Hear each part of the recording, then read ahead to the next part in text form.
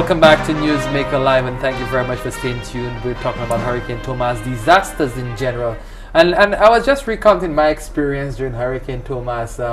My wife and I decided that we would go down to Vieux Fort, just see what had happened, and we crossed the Bad Lille. I stepped in, and as quickly as I did that, I was knee-high in mud.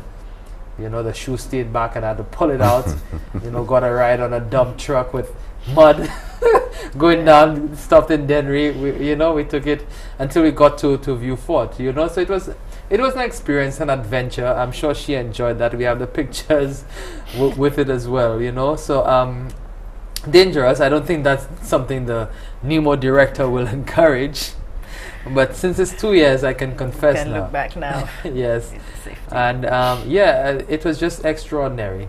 Extraordinary. We were with the Red Cross the day before, and we had gone down to Soufrière to deliver water because Soufrière was the worst hit at the time, as far as no one realized that Mark at that exactly soon after Thomas, people did not realize how badly Mark was. It's only days, maybe a week afterwards, the picture began to emerge that they were just as badly hit as Soufrière. But you're right, in the first couple of days, everything went into Soufrière.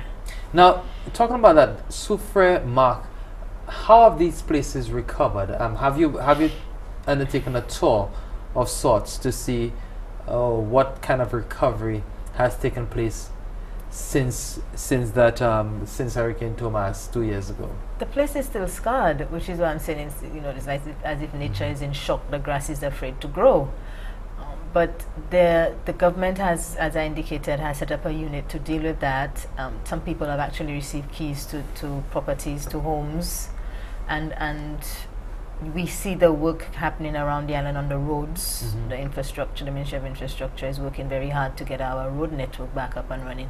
But it's not going to be today for tomorrow. It's going to take us years to get to 2009 status. Yeah.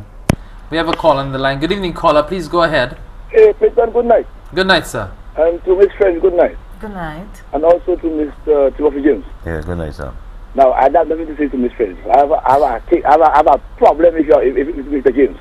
Mr. James, already, I am maybe paid for what, eh? Here comes that. You all have the problem I have with your connection fee is too high. $100 just there, looking up and looking on a meter. And then you're telling me the water, the tariff too low. And I don't think that problem with that. That's what Mr. James, because I was going to respond to just don't get disconnected. You have no $100 to pay. That's not the point. Okay, I am the cheapest among all the utilities. You tell me $100 plus that again? That's madness. I will already know who authorized that $100 in the first place. That should be the thing. That should be lower down. They should put up $50, $100. That could be right. That could be right, man. So what is it about the tariff and thing and the raise? Fine, you the raise, but bid long on the connection fee. Thank you for That's it. Let me have him respond to that. I don't know if you want to respond. I can respond to that. As Don indicated, don't get disconnected because you're paying $14.70. Why allow your months to go and then you get disconnected and then you have to pay $100 plus VAT? And it's something that we can't do anything for now, and I guess it's something we have to look into. Because if you do the research, you realize that Wasco has one of the lowest tariffs in the entire Caribbean, and even a place like Dominica, where there is an abundance of water, the water rates are much higher than St. Lucia. The last increase for water was in the year 2000. 2000. Yeah. That was 12 years ago. And it was 100%. It was 100%. So you're paying 7 something before. Exactly. But what has increased since then? The price, wages have gone up definitely because you have collective bargaining agreements where every triennium there are increases in salaries which need to be covered. You have fuel increases, right? And you have the cost of all the components. Operation cost is quite have increased as well. So the raw materials. Exactly. So I mean, when you look at a utility company that had an increase in the year 2000, 100% increase, but before that, the increase before that was in 1984. Yeah. So it's a situation where probably we just take too long to adjust the rates. We don't let. When you done Max, it was not 100%, but Pardon? it was not really 100%. Right, really. exactly. We don't allow the economic conditions to dictate the increases in the water rates. So if that is done on a more consistent basis, then I don't think that we would be too perturbed about the increases. And $14.70 to pay as a minimum for 2,000 gallons of water. And if you're a family of three, 3,000 minimum. Yeah. 3,000 minimum. But then, if you're a family of three, then you don't even use 2,000 gallons a month. Yeah. So your bill would be $14.70 anyway for now. So, I mean, Tim, you're getting a lot of All the questions.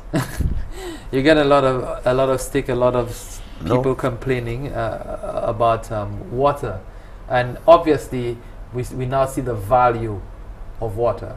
Yeah. We now see the value of water. We have another call on the line. Good evening, caller. Please go ahead with your contribution. Clinton, 1470 to pay. That's the problem, But how frequent you get the water coming to your area? Go to the car, go to another places, no water. You don't know what 1470 more air coming from the pipe. We ain't paying for water supply, What does it 1470 when you don't have water, Constero? That's the problem we have in this country. So what's called to buckle up, but you're lucky you're not competition, You're not competition, you're run away already. So it's true, 1470 is shit. How often people getting water? People still have to go by the river and get water. Go all in there, go other places in the country, you go know. Okay. All right, thank you. Thank you. Well, as we say, that's something we want to definitely improve on, and as revenue start coming in, we'll be able to do that.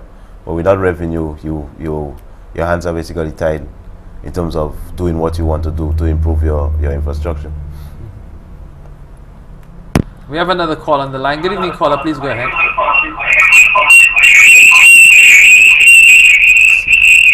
Yes, sir. Yeah, you'll have to turn down your volume, please, sir. Okay, I'm doing that. I'm calling from Fontejac Soufrière. In terms of Hurricane Thomas.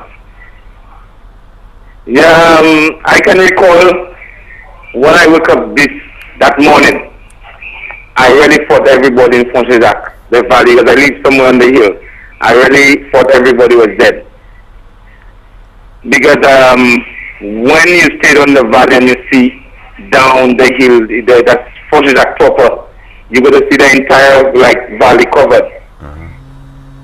First, I took a boots, I put in my foot, go down to lower Fontejac, I got sunk in the mud.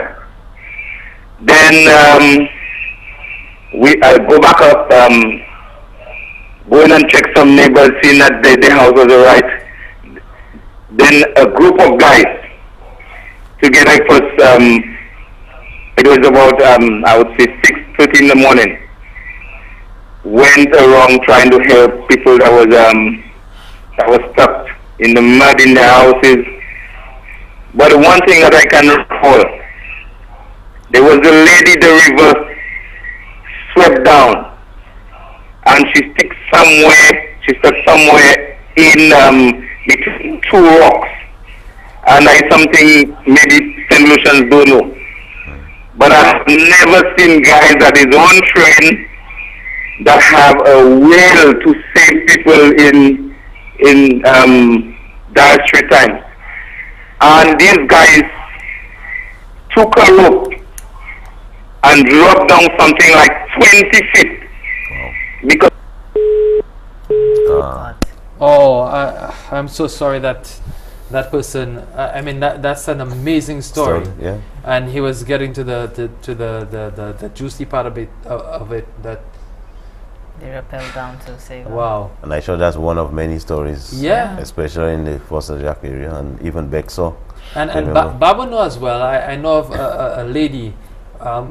She was leaving. Her house was leaving her, in fact, and she managed to go back to get her keys. And as her steps were sliding, she was just jumping off, and she just managed to get to the road in time before before everything went down. the stairs went down.